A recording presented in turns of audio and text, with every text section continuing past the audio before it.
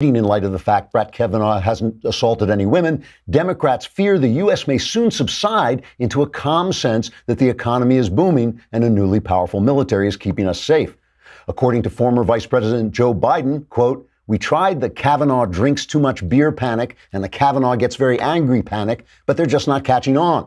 As things stand, there is a real danger that people will begin to think that Donald Trump is doing a good job just because, he's doing a good job," unquote. In a gathering with reporters after the panic meeting, Senator Chuck Schumer waxed nostalgic over previous Democrat panics, saying, quote, "It seems like only yesterday the Statue of Liberty was crying over some trivial immigration nonsense or other. And remember when repealing net neutrality was going to kill us all, and leaving the Paris Accord was going to kill us all, and leaving the Iran deal was going to kill us all? Man, those were the days," unquote.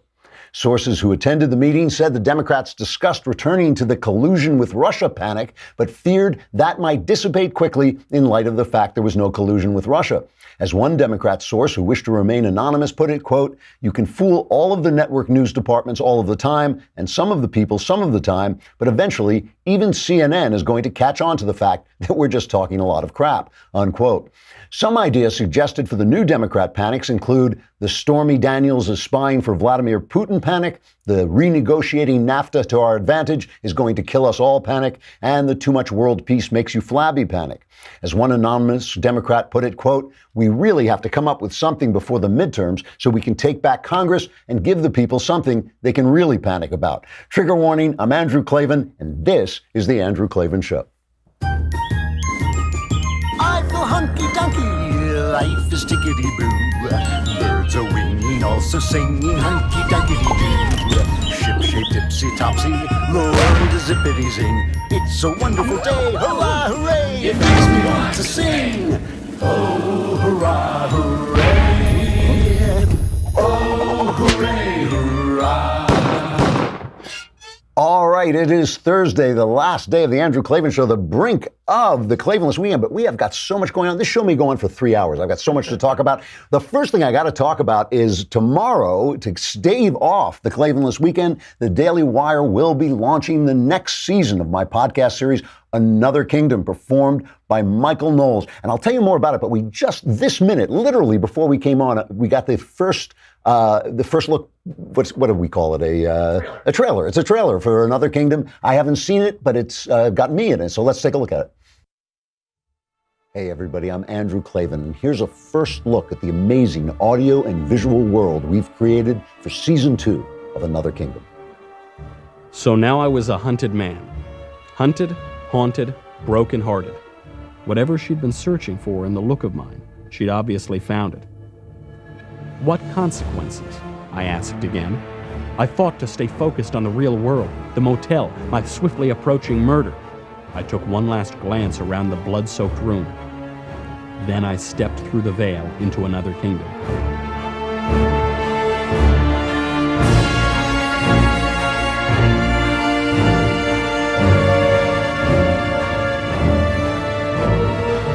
And now, season 2 of Another Kingdom.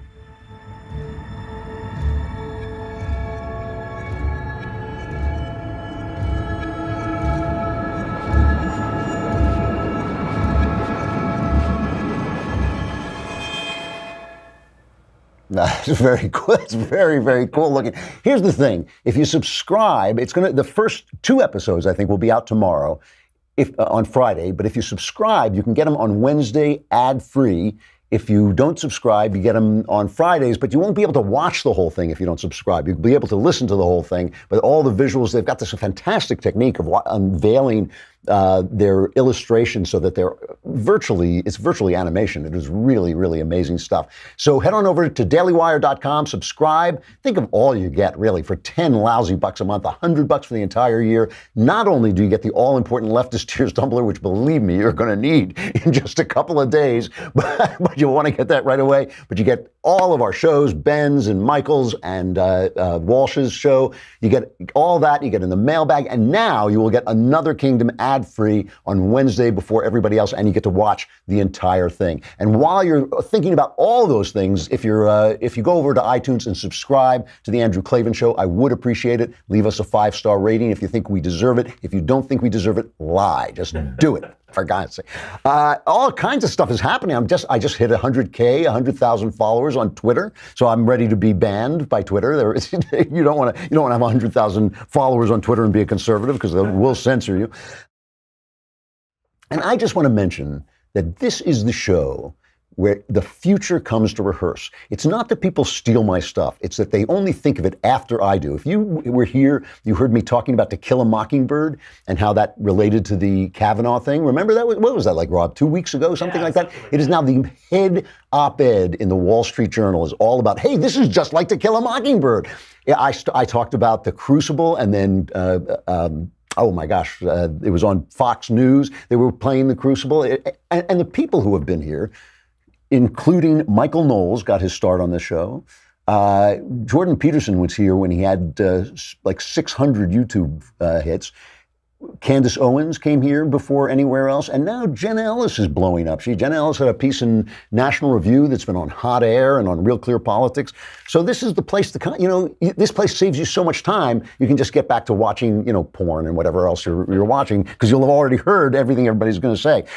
Especially you want to hear about BattleBox. BattleBox is this incredible subscription service. No girls allowed. This is a men's subscription service. A lot of these subscription services are full of samples and junk you'll never use, but not BattleBox. I got one. It is filled with tried and true field-tested survival, outdoor, and everyday carry gear, usable products that have been hand-selected by survival experts for you to carry, use, or add to your emergency stash. No kidding. This thing comes with a knife. You could gut an orc with this thing. You could just fight an entire battle. It introduces you to the best products, new gear, and innovative companies at a much lower cost than if you were to buy them individually. Go to trybattlebox.com/Klavan and pick the box you want. They start at just $25 per month. And by the way, there's no E in BattleBox. It's BATTLBOX. There is no E in BattleBox. So right now, our listeners get a free tactical knife. This is a beautiful piece of machinery when you sign up for your first BattleBox at trybattlebox.com/Klavan. Try BattleBox, BATTLBOX.com/Klavan.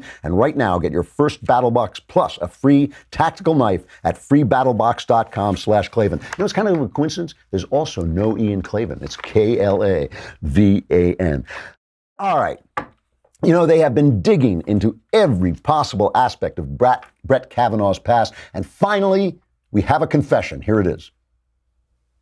I think I was a thug for a big part of my growing up. I got into fights. I drank and did and consumed substances that weren't always legal. Some of my behavior was self-destructive. I might drink a six-pack in an hour before going back to class. Wait a minute. That wasn't Brett. That was Barack Obama. That is amazing. An amazing piece of video, just reminding us. It actually is saying something important.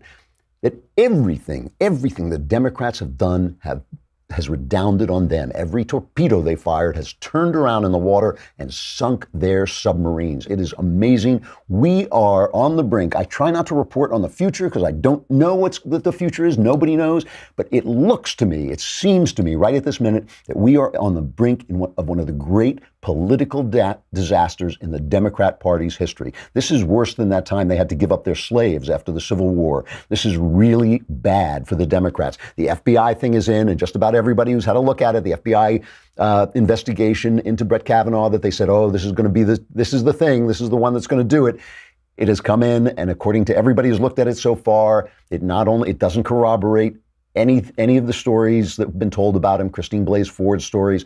All of that stuff is going by the boards, and that means Mitch McConnell, cocaine Mitch McConnell, has now scheduled the vote. I believe it's going to be on Saturday, but he's filed the closure report that he needs to have the vote.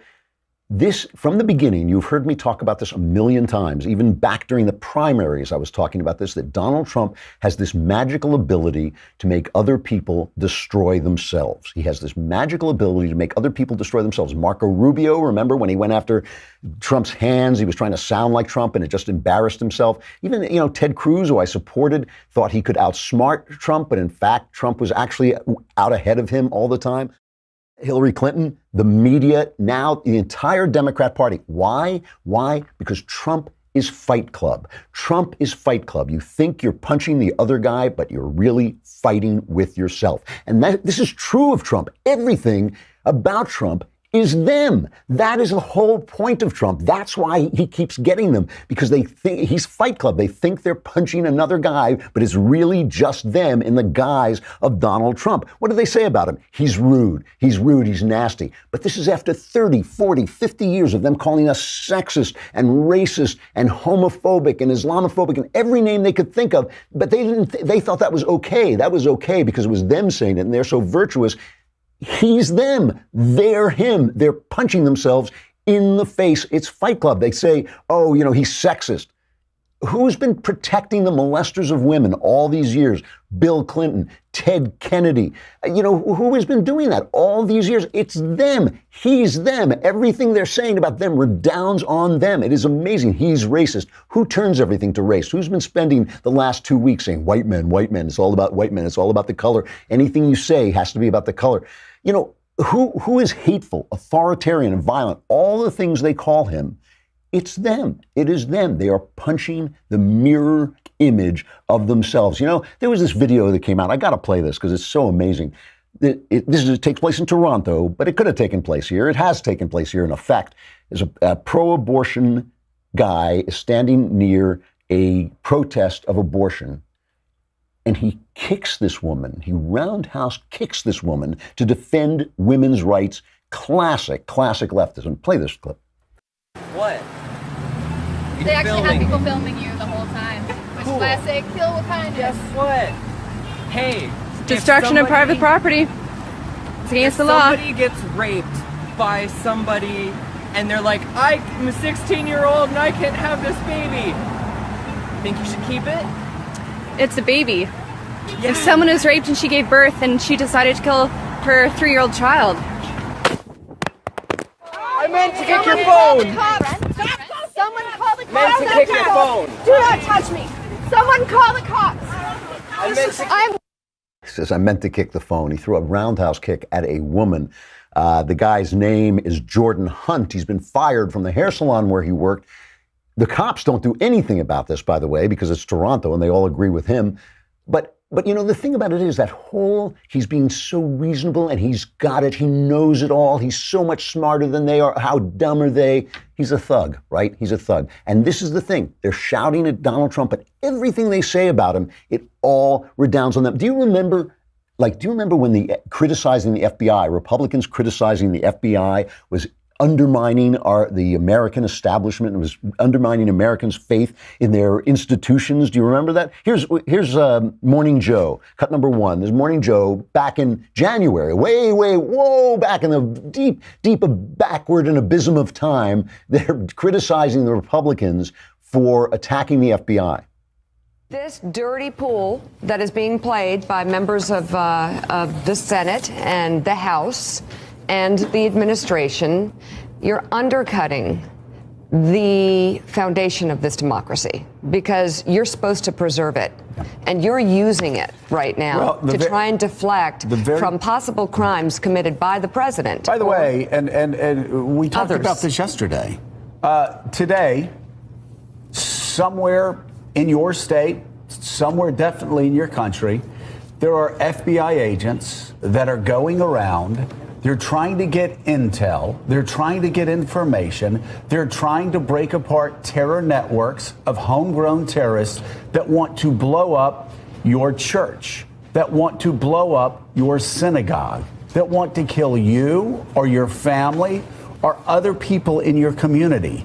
And it is these FBI agents who stand between you, me, all of us, and future terror attacks. How could you criticize the heroes of the heroic FBI? How could you stain these wonderful men and women who serve you? Because then the FBI was investigating Russia collusion and Trump and all this. Now they bring in this report that the Democrats begged for, this report that the Democrats said would be dispositive. This would solve the problem. This would be the thing that would clear or condemn Brett Kavanaugh. Here it is. Here's the report. It is finally here. It's not good enough. Remember, James Comey gave the marching orders to the FBI through the op-ed of the New York Times, which is where the left talks to itself. He gave the orders. He said, you can do this. You can get this information on Brett Kavanaugh. You can get this thing that the Republicans don't want you to get. Didn't turn out that way. Here's CNN covering, is it CNN? Covering the FBI, ABC covering the FBI report, cut 7. The FBI investigation of Judge Kavanaugh is under the microscope this morning. A new report claims the agency chose not to interview several people who knew the nominee in high school or college, and these were people who wanted to tell their stories. ABC's senior national correspondent Terry Moran is in Washington with more. Good morning, Terry. Good morning, Robin. This FBI investigation was fast, it was limited, and several potential witnesses are now claiming it was incomplete. Overnight, potential key witnesses in that FBI investigation are speaking out. They're frustrated after they say they were ignored by agents investigating claims of drunken sexual assault by Supreme Court nominee Brett Kavanaugh. In a statement overnight, attorneys for Dr. Christine Blasey Ford, who accuses Kavanaugh of sexually assaulting her in high school, her lawyers saying, "We are profoundly disappointed that after the tremendous sacrifice she made in coming forward, those directing the FBI investigation were not interested in seeking the truth." So now, Trump is Fight Club. Before, the FBI was the heroic heroes of herodom, and now suddenly the FBI just cannot get the job done. What a bunch of incompetence. They're hiding the truth. What a conspiracy to cover up for Brett Kavanaugh. Every time they try to punch at Trump, they wind up with a fist in their face, their own fist in their own face. And, it's no good saying, well, it was wrong. Okay, well, maybe it was wrong when they covered up for Ted Kennedy leaving a woman to drown, but that doesn't make it right to go after, when Trump says something in a locker room, that's not a good argument. That's not a good argument. The rules of the fight are the rules of the fight. And if you're going to bring it this way, if you're going to bring the fight dirty, you're going to get dirty back at you. And that's what's happening. People are angry. They're tired of it. And why do I say it's a disaster? Well, for one thing, the enthusiasm gap, according to a new poll, the enthusiasm gap between Republicans and Democrats for the midterms has virtually vanished. The right is now thinking, hey, they could do this to anybody. They can do this all the time. They're going to destroy anybody who's a conservative. They're going to rip his life to pieces. I'm going to go out and vote. Trump is at 50%, according to Rasmussen. His approval rating is at 50%, which is really high for him, and it's above his disapproval rating. But listen to this. This is the thing that really gets me. Bret Stephens. Now, I actually kind of admire Bret Stephens. I admire his intelligence. I admire his look at the international scene. But he hated Donald Trump so much. He left the Wall Street Journal, basically, and went to the New York Times so he could take pot shots at Donald Trump. He has not said a good word about him. He has been a never Trumper. When I say never Trumper, I mean never with a capital N, Trump with a capital T. He hates this guy. Today he writes, for the first time, and he's writing in the New York Times too, for the first time since Donald Trump entered the political fray, I find myself grateful that he's in it. I'm reluctant to admit it and astonished to say it, especially since the president mocked Christine Blasey Ford in his ugly and gratuitous way at a rally on Tuesday. Perhaps it's worth unpacking this admission for those who might be equally astonished to read it. I'm grateful because Trump has not backed down in the face of the slipperiness, hypocrisy, and dangerous standard setting deployed by opponents of Brett Kavanaugh's nomination to the Supreme Court. I'm grateful because ferocious and even crass obstinacy has its uses in life, and never more so than in the face of sly, moral bullying. I'm grateful because he's a big, fat hammer fending off a razor-sharp dagger. And he talks about all the different things, and he says at the end that,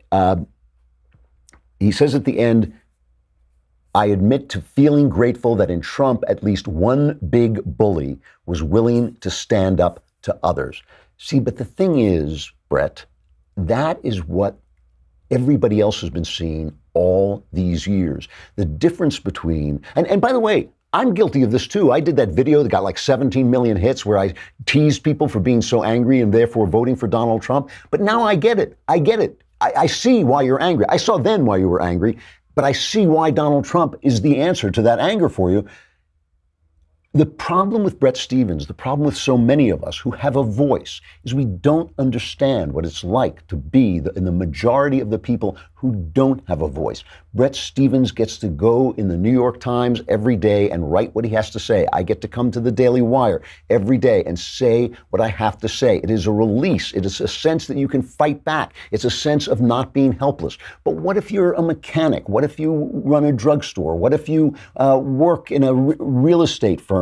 And every day for decades, the press, the people who have a voice come on and tell you you're no good. You want to judge? Sorry, we can just throw an allegation at him and destroy him. We can just take him out, even without proof. And we can just throw aside, hundreds of years of Anglo-American jurisprudence out the window because we don't like them. We don't like you. We don't like your values. We don't like your Constitution. We don't like your history, your tradition, your religion.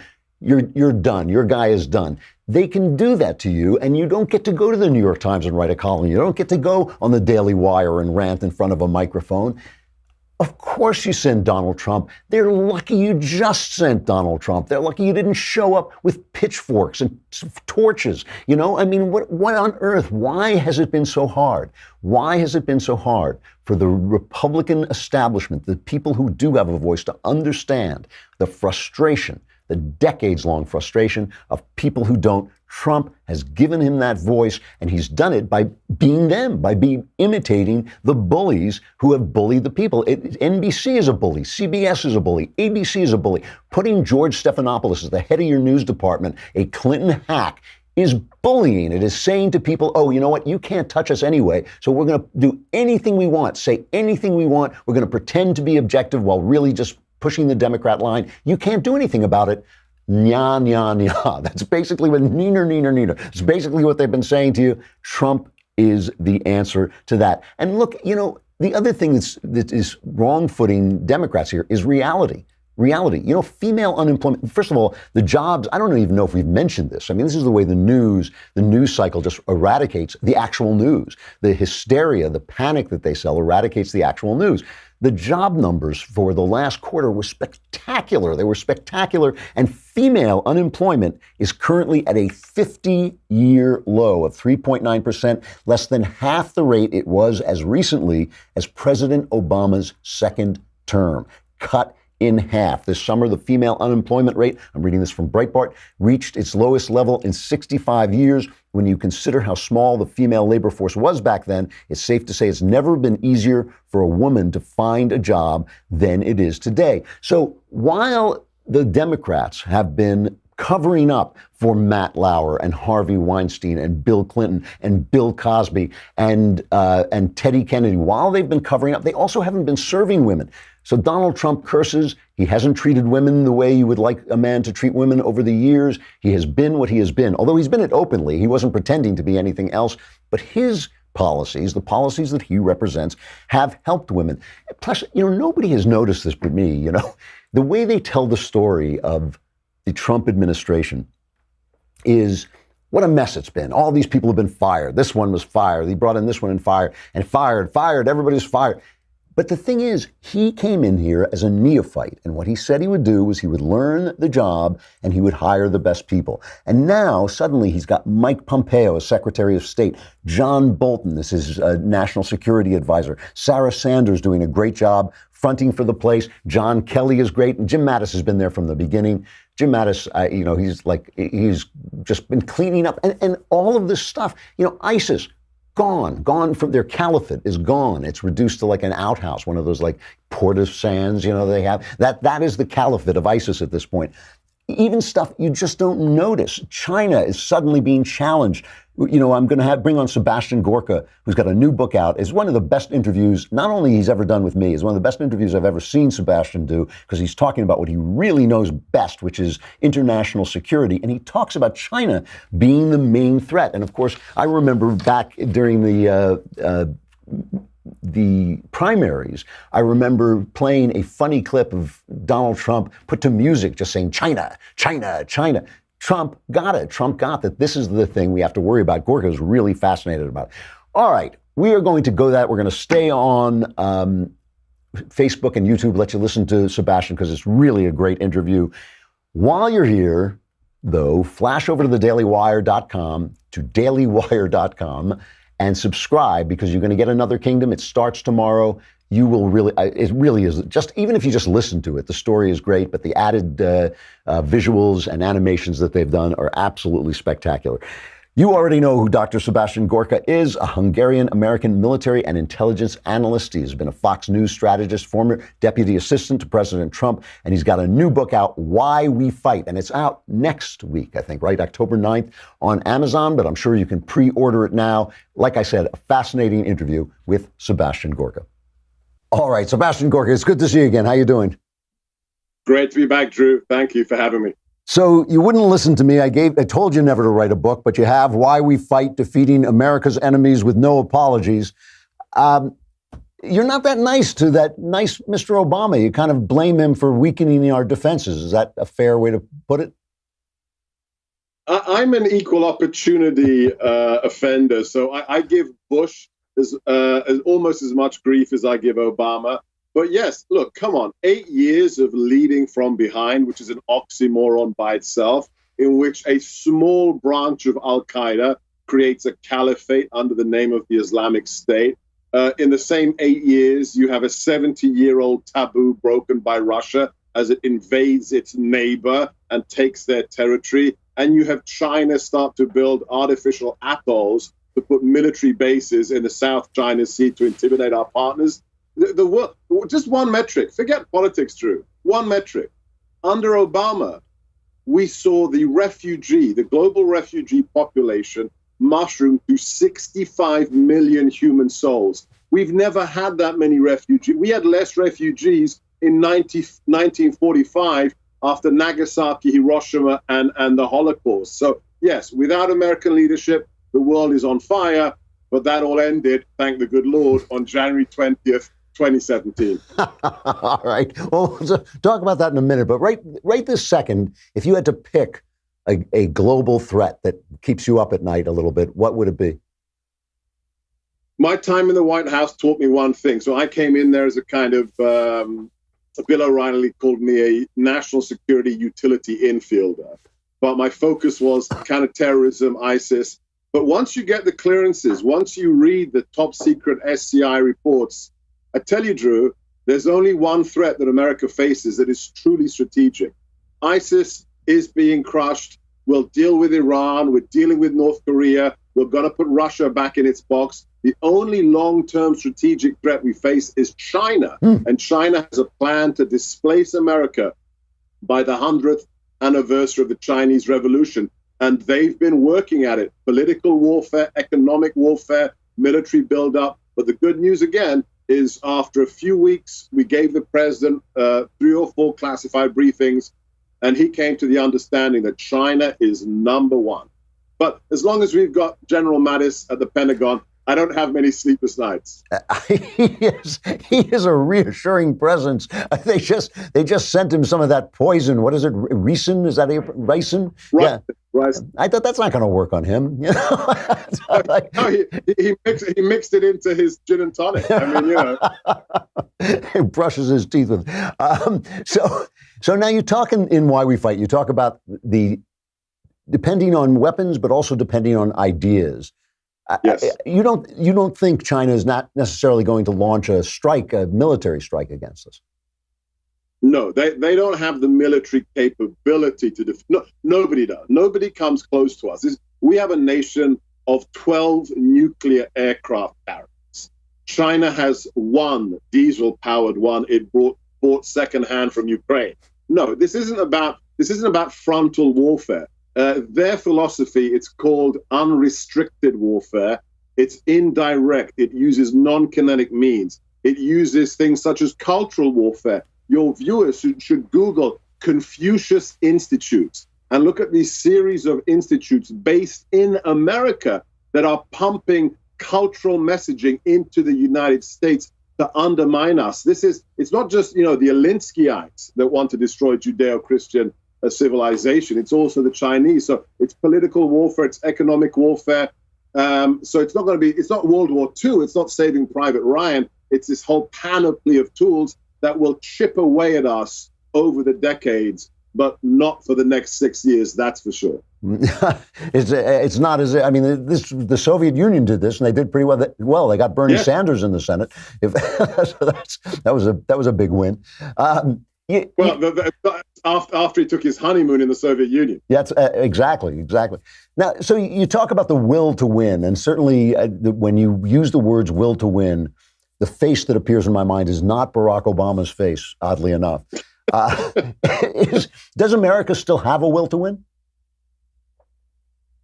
I point your viewers to perhaps the most historic speech the president has so far given, and that's the one he gave in Warsaw.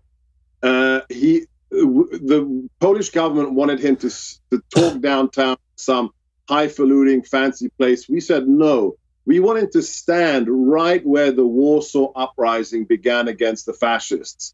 And it wasn't easy, but we got him there. And he gave this speech, and the penultimate paragraph still sends shivers down my spine. He asked, the question of the age is, does the West have the will to defend the values upon which it was founded? And that's the question. Under Donald Trump's leadership, we're going to claw back a position that we rightly had in the past. But what's going to happen to Europe? What's going to happen to all the other nations that share our heritage? That's another question. But if you look at the military, you look at the economy, we are now on an upward trajectory, which is quite stunning. But the will to fight, that's a deep philosophical, cultural question. We need at least another 6 years of rebuilding to get close to where we should be. When you say this, you remind me of Whittaker Chambers, that great book, Witness, where he really believed he fought communism by exposing a former communist spy. He fought communism by exposing Alger Hiss. But he always believed that the communists were going to win.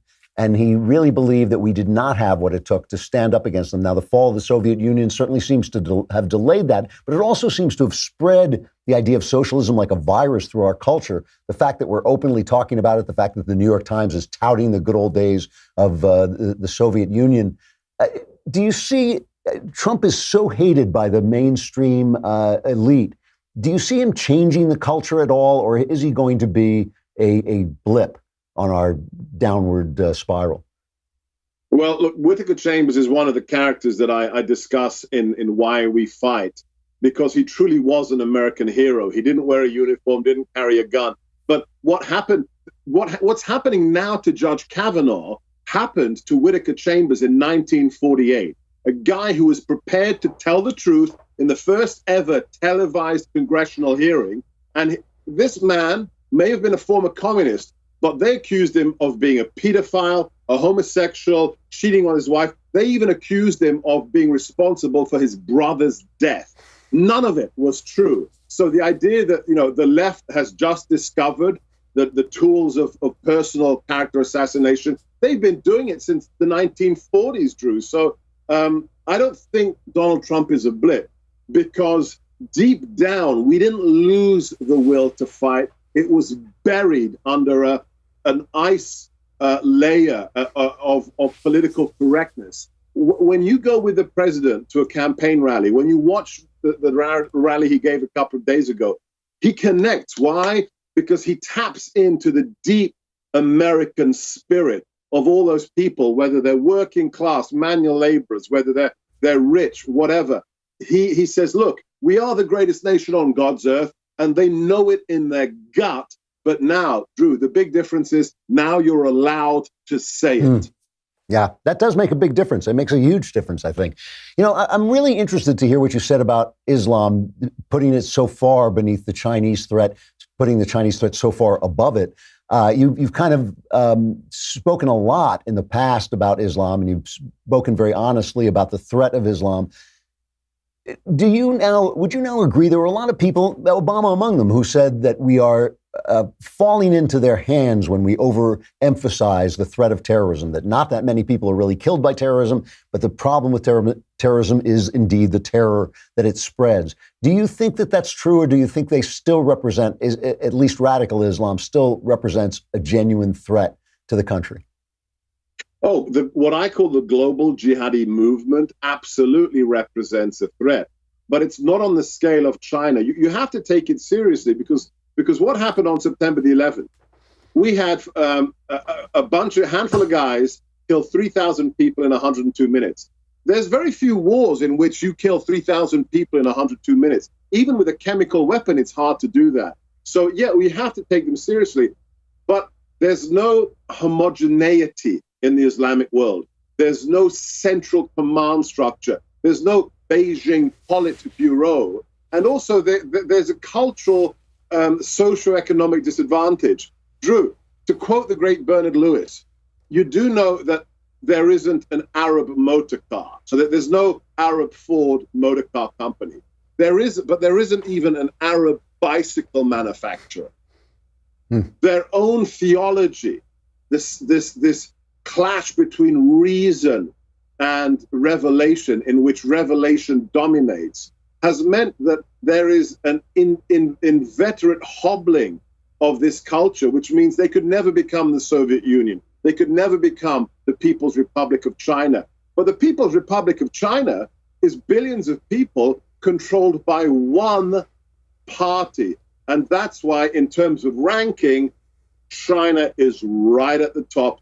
Terrorism is still an issue, but we'll deal with it. I want to turn to this Kavanaugh thing. It has really been, I have to say, it's actually been one of the very few political events that has bothered me because of the virulent hatred of the left and the dishonesty of the press. Through this, for the first time in my memory, I know you're a Trump-loving fan, but for the first time in my memory, Trump has seemed very cool about this. He has not blasted back. He went off a little bit on Christine Ford yesterday. Probably, unfortunately, that was probably a mistake strategically. But up till now, he's been very cool. You want an FBI investigation? Fine. Whatever the senators say, fine.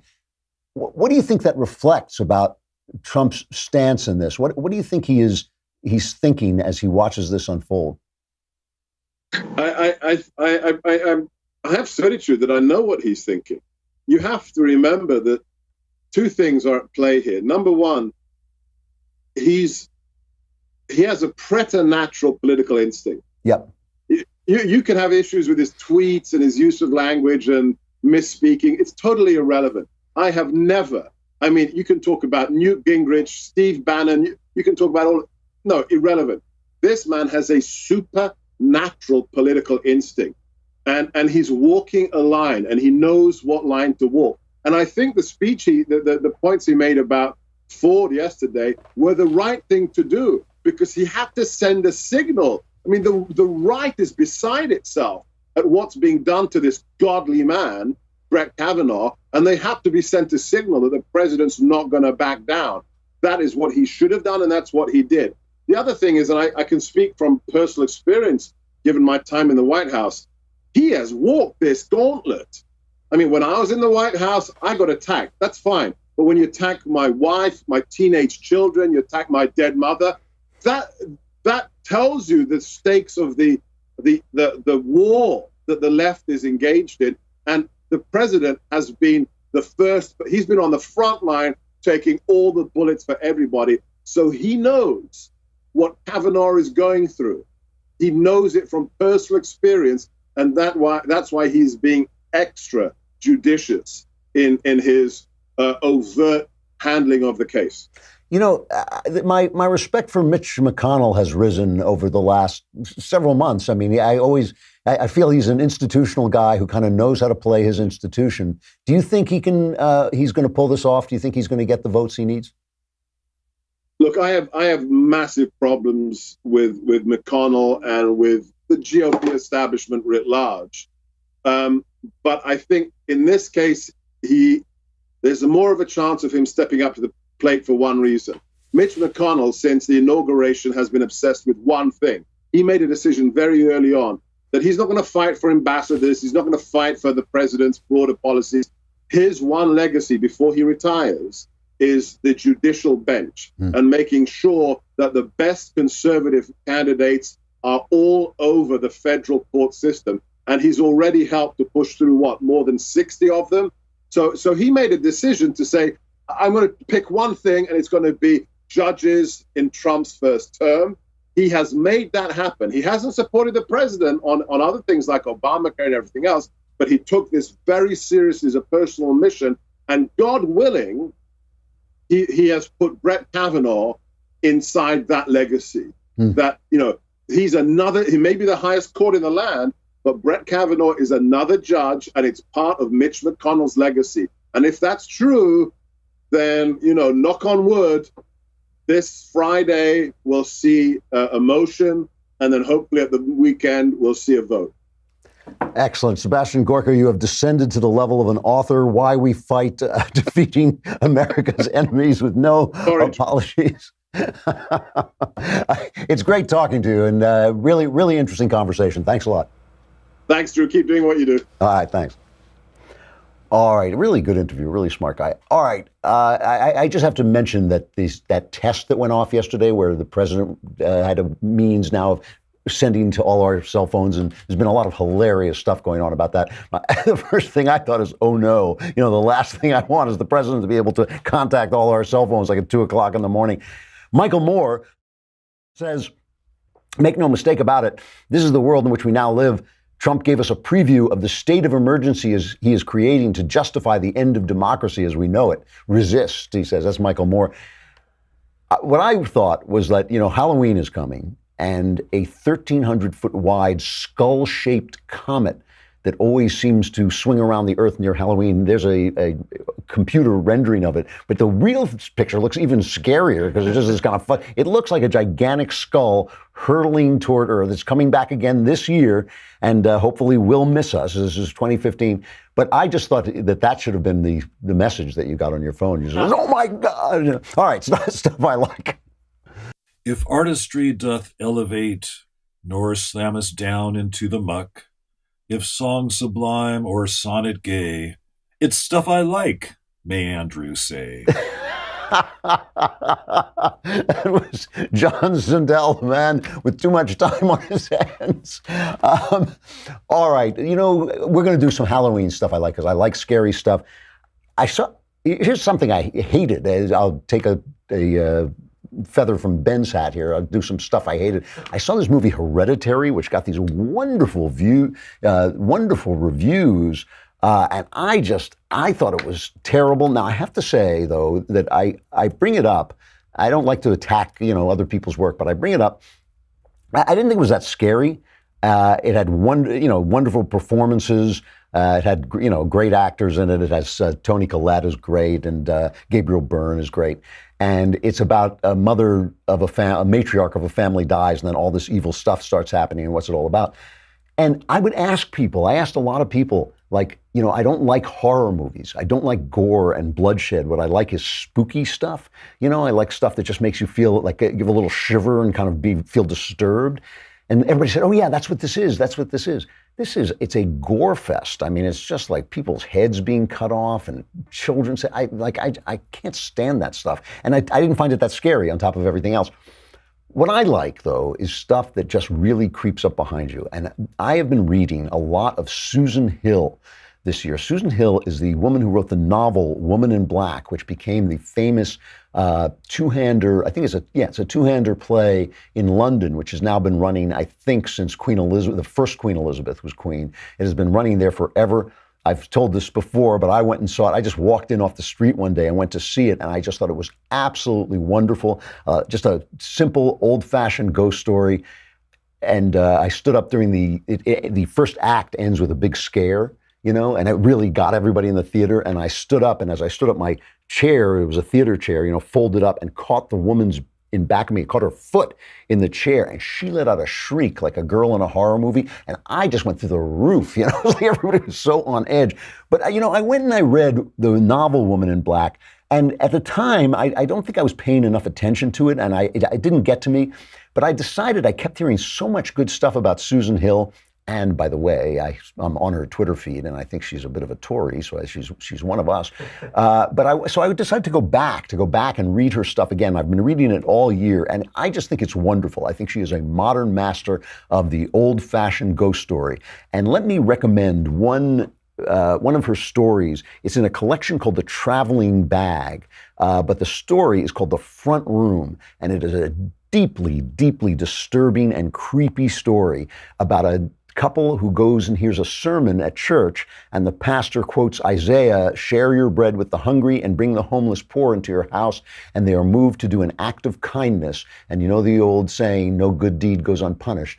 That is what happens, and it is just a eerie and spooky and philosophically disturbing story. The Front Room by Susan Hill. It is definitely stuff I like. All right, that is it for me. The Klavanless weekend is upon us, but not utterly Klavanless, because Another Kingdom Season 2 is coming. You will be able to watch the whole Episode 1 on Friday, and Episode 2 will be available. Part of it will be available for everybody. You'll be able to listen to the whole thing, but you can watch the animations and stuff like that, all the other wonderful stuff they've added to it, if you subscribe to dailywire.com, which you should anyway, for the simple reason that we want your money. All right. When we get back, we will probably have had the vote on Brett Kavanaugh, so there'll be a lot of exciting stuff to talk about. If you can just stay under your bed until the Klavanless weekend is over, survivors can gather here on Monday. I'm Andrew Klavan. This is The Andrew Klavan Show.